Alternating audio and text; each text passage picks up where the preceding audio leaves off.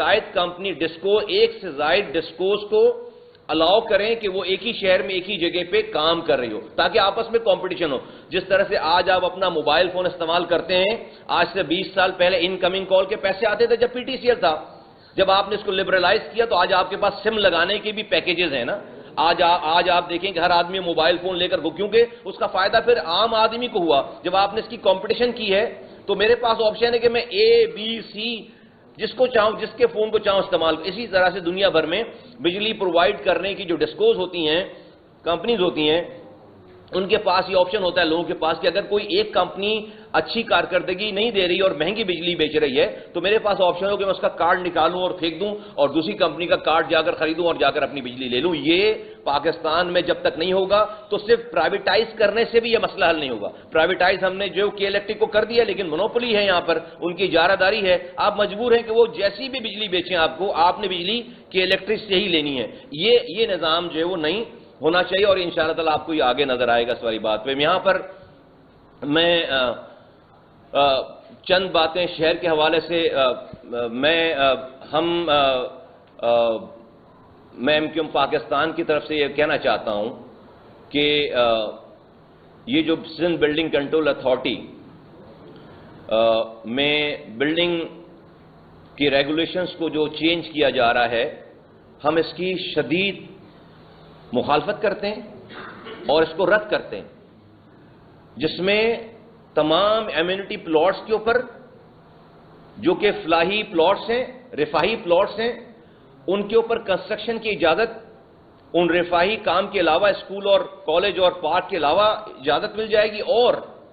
دوسری وہ جگہیں جو کہ ریزیڈینشل ہیں جہاں پر کمرشل ایکٹیویٹیز کی گئی ہیں, اس قانون سازی سے,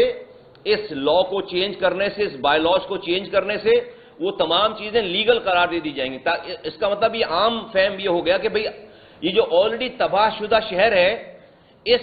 قانون سازی کے بعد شہر کی پھر کچھ بھی نہیں بچے گا. تو میں پیپلز پارٹی کی قیادت سے بہت ہی مؤدبانہ گزارش کرتا ہوں کہ میں گزارش کرتا ہوں کہ آپ وہ اس چیز کو پلیز اس کو دیکھیے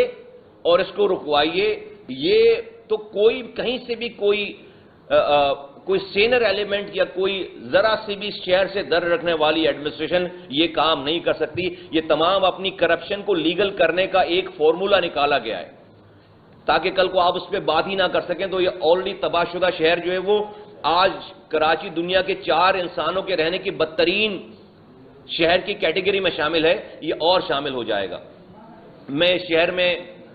پچھلے چند ماہ میں ٹریفک حادثات کی زد میں آ کر شہید ہونے والوں کے لیے مغفرت اور ان کے لواحقین کے لیے صبر جمیل کی دعا کرتا ہوں. اور میں حکومت سندھ سے یہ مطالبہ کرتا ہوں کہ یہ جو بھی,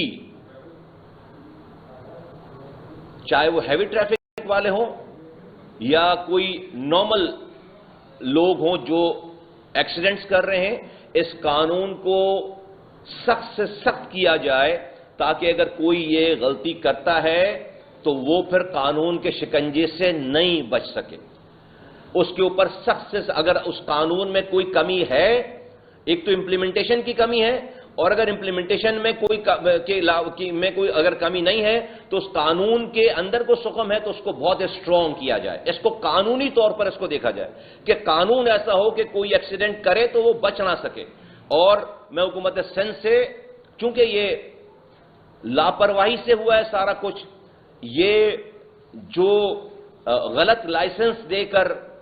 فٹنس کی چیکنگ نہ کر کے غلط فٹنس سرٹیفکیٹ دے کر گاڑیوں کو روڈ پر لے کر آ جائے, ہم سب کو پتا ہے کہ کیسے ہوتا ہے سارا کچھ. تو چونکہ یہ ریاست کی یہ حکومت سندھ کی ذمہ داری تھی, میں ان سے مطالبہ کرتا ہوں کہ تمام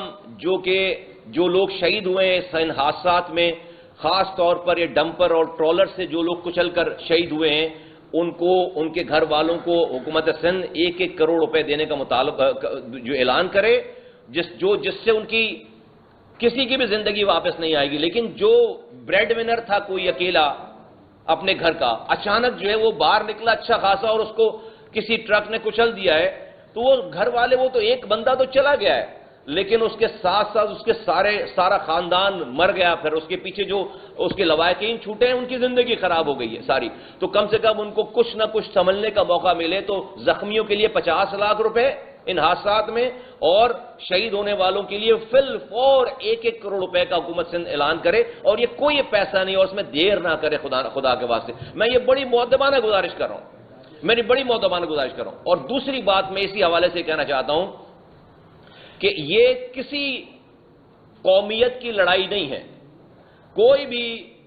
ایک قومیت والا ڈرائیور یہ سوچ کر گاڑی لے کر نہیں نکل رہا روڈ پر کہ اس نے اپنی دوسری قومیت کے بندے کو کچلنا ہے، ایسا نہیں ہے،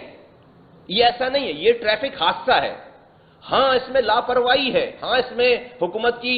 بہت زیادہ ڈیفیشنسی ہے، لیکن خدا نہ خواستہ یہ شہر میں کوئی ایتھنک کلینزنگ نہیں ہو رہی ہے، کوئی ایتھنک جو ہے وہ لڑائی نہیں ہو رہی ہے کہ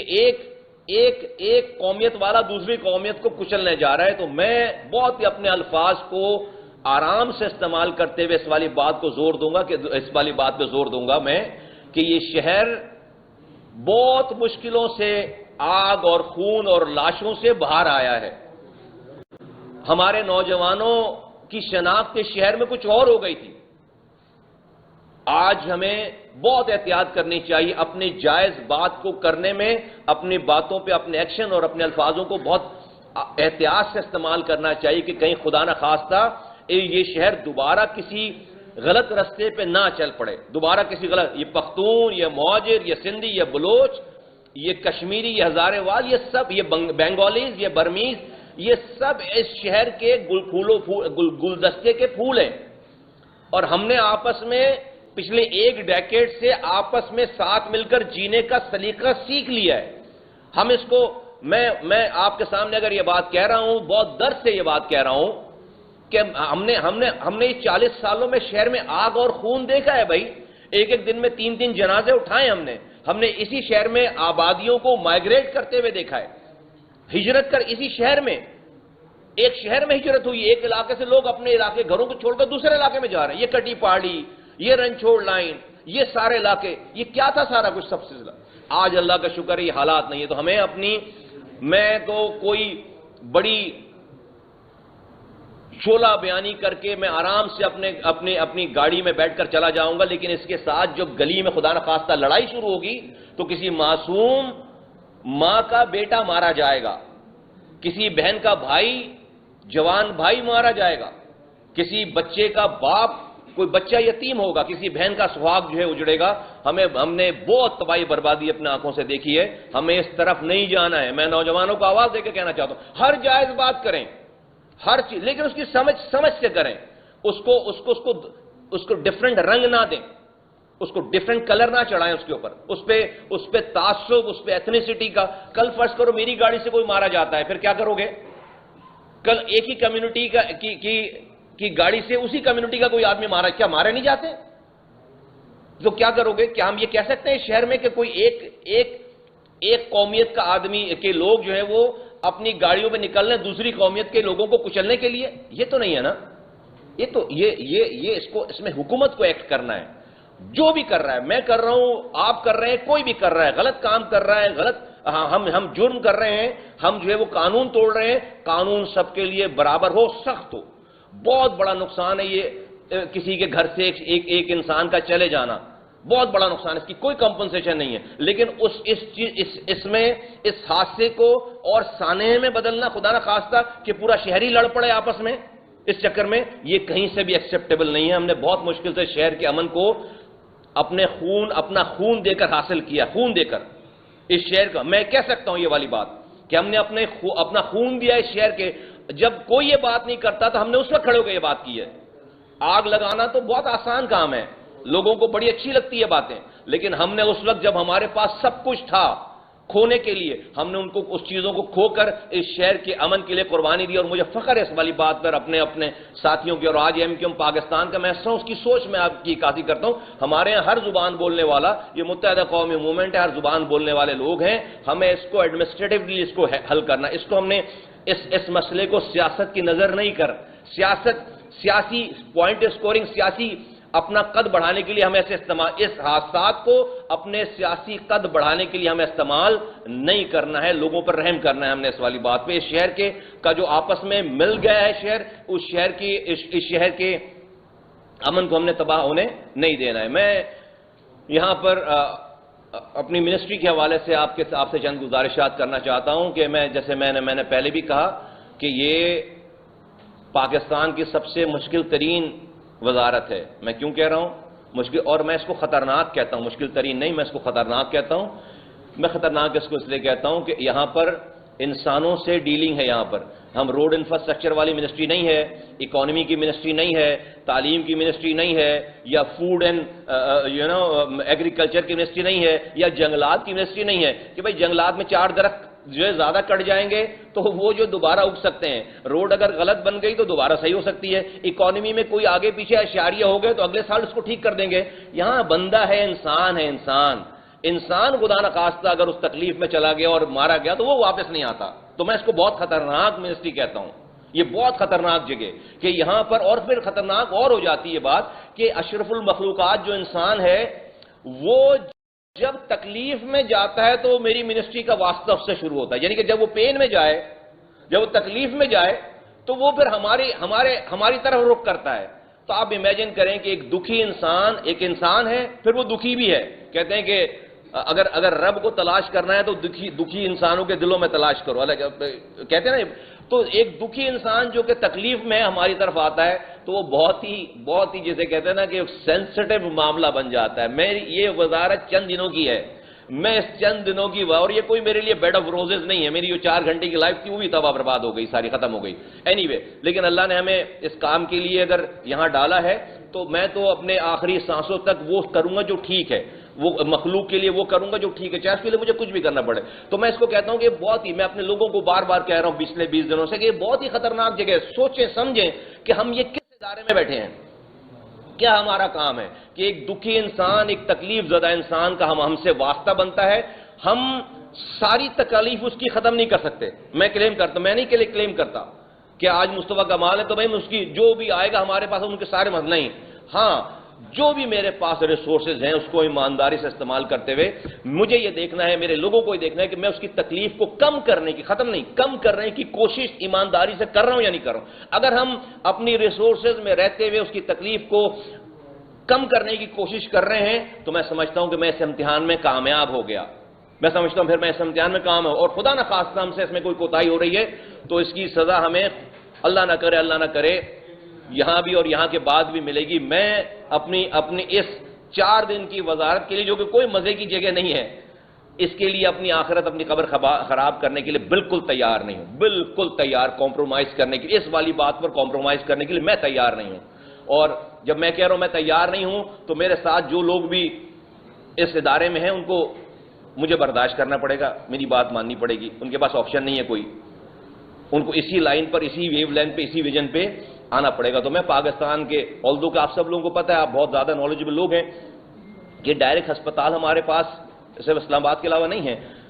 لیکن جو ہے وہ ہم بہت ساری چیزیں سوچ رہے ہیں، کر رہے ہیں۔ ابھی یہ ٹائم نہیں ہے چونکہ ابھی میرا آپ کا پہلا انٹریکشن ہے، میں اس کے اوپر انشاءاللہ تعالیٰ بہت ایک بریف سے ڈپارٹمنٹ کے اوپر آپ سے میں بات کروں گا جب کراچی میں اور اسلام آباد دونوں جگہوں پہ۔ لیکن میں آپ کو بس یہ یقین دلانا چاہتا ہوں کہ جو ریگولیشن ہے ہمارے ہاں، جو ہمارے ہاں پی ایم ڈی سی کا نظام ہے، جو ڈریک کا نظام ہے، جو اس کے علاوہ ہمارے پاس نرسنگ والا جو کاؤنسل ہمارے پاس ہے، اس کے علاوہ جو ہم ایسی پالیسیز جس کے اثرات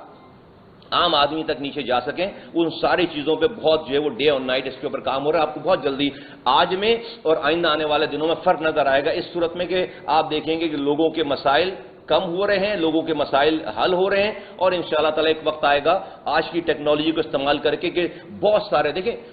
آج ہمارے پاس 70% لوگ وہ اسپتالوں میں جا رہے ہیں جن کو ہاسپٹل جانا نہیں چاہیے، بیسک ہیلتھ یونٹ والے لوگ ٹرشری کیئر میں جا رہے ہیں کیونکہ ان کے پاس بیسک ہیلتھ کے ڈپارٹمنٹ موجود نہیں ہے۔ آپ لندن امریکہ میں کہیں جائیں، آپ ڈائریکٹ ہاسپٹل نہیں جا سکتے، آپ کو پہلے اپنے جی پی سے جو ہے وہ لیٹر لینا پڑتا ہے، پہلے آپ کو وہ ریکمینڈ کرے گا تو آپ بڑے ہاسپٹل میں جائیں گے۔ یہاں پر آپ صرف بی پی چیک کرانے کے لیے بھی آپ وہاں جا رہے ہیں جہاں پر ہارٹ کا مریض آ رہا ہے، جہاں پر ایکسیڈنٹ کا مریض آ رہا ہے وہاں پر آپ جو اپنے بلڈ پریشر کو چیک کرانے جا رہے ہیں، تو چونکہ آپ کے پاس بیسک ہیلتھ یونٹس نہیں ہیں تو آپ کو مجبوراً بڑے ہسپتالوں میں جانا پڑتا ہے، جہاں پہ 70% لوگ وہ جا رہے ہیں جن کو وہاں جانا نہیں چاہیے۔ تو آپ نے کیا کیا کہ جو یہ اس سے ہو کیا رہا ہے کہ ہمارے ہاسپٹل 70% ان لوگوں سے لوڈڈ ہو گئے جن کو وہاں پہ ہونا نہیں چاہیے۔ تو وہ لوگ جن کو وہاں پر نہیں ہونا چاہیے، جن کو کوئی ڈاکٹر ٹیلی فون پہ اس فون پر اس کی پکچر دیکھ کے اس سے بات کر کے اس کو میڈیسن جو ہے وہ ایڈوائز کر سکتا ہے، ہم ان کو ان کے ڈور اسٹیپ پر دوا اور ڈاکٹر پہنچانے کی کوشش کر رہے ہیں انشاءاللہ تعالی۔ ٹیکنالوجی کے ذریعے، ٹیلی میڈیسن کے ذریعے وہ کام ہونے جا رہا ہے۔ آئندہ آنے والے آپ بجٹ میں اور چیزوں میں اور دنوں میں دیکھیں گے انشاءاللہ تعالی کہ ہم یہ ایک ریولوشن، جیسے کہ پاکستان میں کبھی بھی وہ ٹائم نہیں آئے گا آج کی اس آبادی کو سامنے رکھتے ہوئے کہ حکومت یہ کہہ سکے کہ پاکستان میں بیمار پڑنے والے سارے مریضوں کا علاج سرکار کرنے کے قابل ہو گئی۔ کبھی بھی وہ ٹائم نہیں آئے گا، کبھی بھی ٹائم نہیں آئے گا۔ آج کے اس نظام میں رہتے ہوئے پاکستان میں یہ وقت کبھی بھی نہیں آئے گا کہ آپ یہ کہہ سکیں اس نظام میں رہتے ہوئے آپ کو اس کلیم کو کرنے کے لیے کہ آپ ہر بیمار پڑنے والے اپنی قوم میں اپنی اس ملک میں بندے کو ہیلتھ کیئر دے سکتے ہیں۔ اس کے لیے آپ کو آؤٹ آف باکس سولوشنز پہ جانا ہے، جس کا جو ہے ہم نے آلریڈی آغاز کر دیا ہے۔ میں آپ کو کہہ رہا ہوں ہم نے آغاز کر دیا ہے۔ ان 20 دنوں میں بہت ساری وہ چیزیں جو کہ امپلیمنٹ ہو کر سامنے نظر آنی، اس کی جو تیاری کرنی ہے وہ تیاری ہم نے الحمدللہ بہت اگلے مراحل میں جا چکی ہے۔ انشاءاللہ تعالیٰ آپ کو وقتاً فوقتاً اس تمام چیزوں پہ ہم گائیڈ کرتے رہیں گے۔ بہت شکریہ جی۔ سوری تقریباً لوگ 5 سے 6 ہزار ڈیلی آتے ہیں مریض وہاں پہ، لیکن بیڈ کی کمی کا سامنا ہے۔ اور وینٹیلیٹر کی بات کریں تو صرف 10 وینٹیلیٹر ہے، اس میں میرے خیال سے 6 یا 7 کام کرتے ہیں۔ تو اس کے حوالے سے آپ نے کوئی جن کے وزیر سے بات کی اس کو بہتر بنانے کے لیے، اور اسی کے ساتھ ساتھ کہ اس طرح کا اسپتال ہر ضلع میں ہونا چاہیے کہ جو سارا رش ہے وہاں پہ نہ ہو، اور اسی طریقے سے کام کرتا رہے۔ اسپتال میرے خیال سے ہے لیکن وہ کام اس طریقے سے جی میرا خیال ہے کہ میں نے اپنی گفتگو میں آپ کی اس والی بات کا جواب دیا ہے۔ میں نے تو پورا مسئلہ بیان کیا، آپ جو کہہ رہے ہیں ایگزیکٹلی یہی مسئلہ ہے۔ لیکن ایک صرف بات آپ سے دیکھیں، جب میں نے یہ ذمہ داری سنبھالی تو مجھے یہ فیل ہوا کہ this no linkages between federal health ministry اور پروونشل ہیلتھ منسٹری، ٹھیک ہے، کوئی آپس میں کوآرڈینیشن رابطہ نہیں تھا تو بہت کم ہوگا۔ مجھے نہیں پتا کہ آخری دفعہ جو ہے وہ منسٹروں سے کہا، تو میں نے پہلے دن کی بات ہے، شاید پہلے دن یا دوسرے دن کی بات ہے، میں نے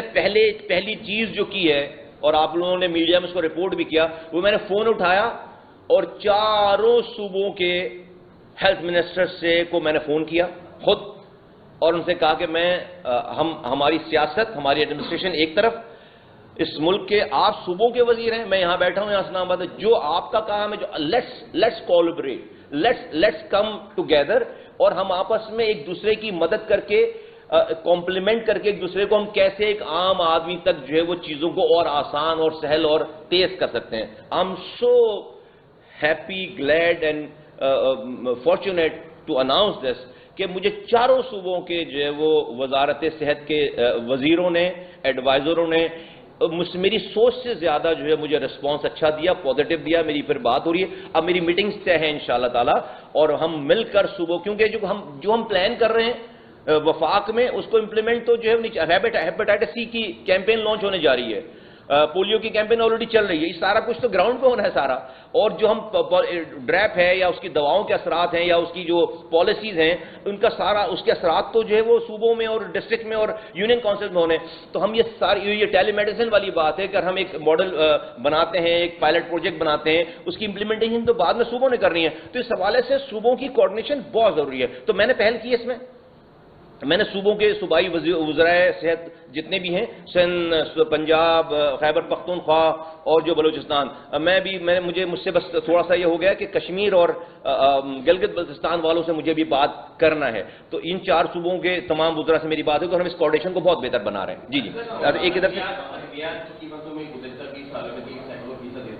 لوگوں کی تکلیف کم ہونے کے بجائے اس میں اضافہ ہوگا۔ دیکھیے،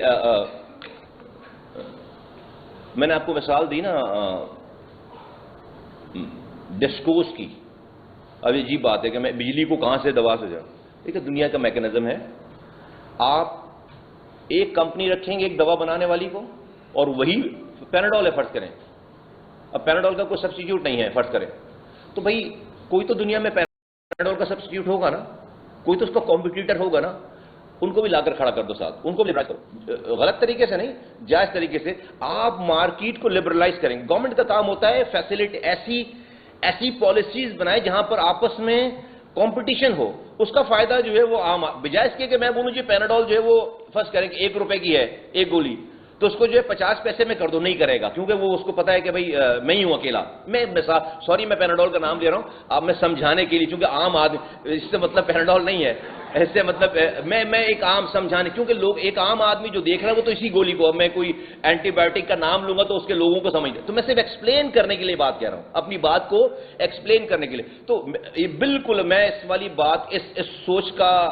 انسان ہوں کہ آپ کو مارکیٹ کو, انڈسٹری کو لبرلائز کرنا ہے, اس کا فائدہ جو ہے وہ عام آدمی کو ہونا ہے سارا. تو آپ جو بات کہہ رہے ہیں بالکل صحیح بات ہے, لیکن اس کا طریقہ کار یہ نہیں ہے کہ صبح میں اٹھوں اور میں اس کو کہوں کہ جی آج سے فلاں دوا جو ہے اتنے میں بیچی جائے گی, یہ کبھی بھی نہیں ہوگا یہ کام کر, اس لیے کہ دیکھیں اس کمپنی اس آرگنائزیشن کو بھی یہاں پر آپ نے ویلکم, اس کو ولن تو نہیں سمجھنا نا, وہ اگر آپ کے پاس آ کر یہاں پر انویسٹمنٹ کر رہے ہیں, کام کر رہے ہیں, تو آپ نے ان کو بھی فیسیلیٹیٹ کرنا ہے, لیکن ایٹ دا سیم ٹائم آپ نے اپنی عوام کی پریشانیوں کو اور اس کی جو ہے وہ افورڈیبلٹی کو سامنے رکھنا ہے. تو میرا